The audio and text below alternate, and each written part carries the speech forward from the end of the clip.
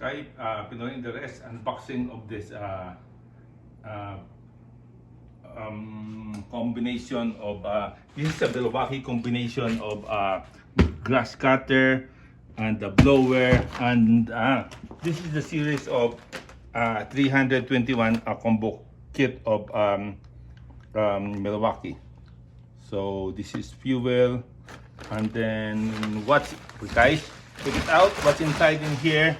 This is a sale from Home Depot, guys, because this is a clearance sale. So we got bush cutter in here, the attachment, the blower, the battery, the 8.0 battery, and the charger.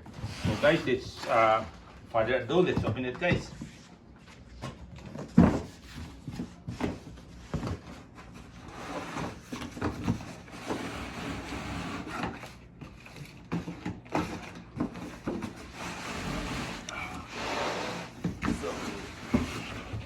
Okay, here's the blower, guys. This is the blower.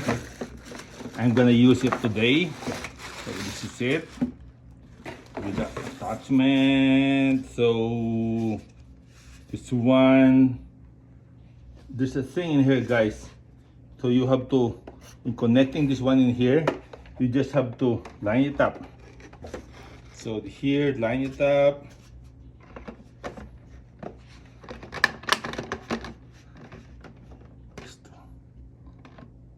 Take me a while to. Yep, that's it. And what's inside? You got the charger, it's here. This is the battery.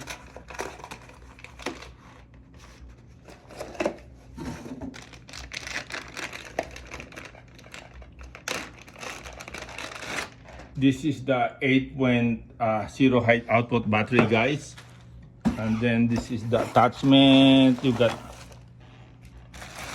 oh, it comes with the, so this thing, guys, comes really cheap. I just got it for $229 plus tax and all these things, guys. And how much is the original price? The original price is 449. 449. So that's it, guys. I think this is it. Yeah, it's locked, and you just have to. That's it, guys. Let's try to put on the battery. Safety.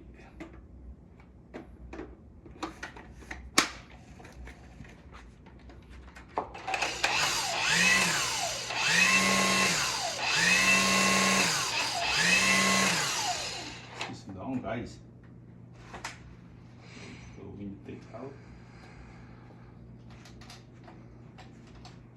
oh, you have to press this one. Okay, that's it.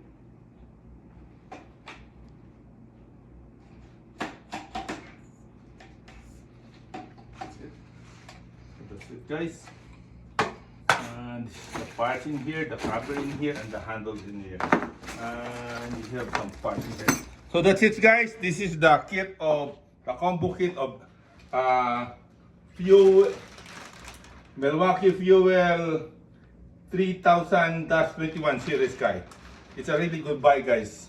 We just got it for $229 plus tax, and if it's not on sale or it's not in clearance sale, it's like $445.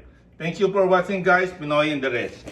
I'm trying to make all my equipment, guys, Milwaukee, so I just want to have one battery. Thank you for watching, guys. Thank you very much.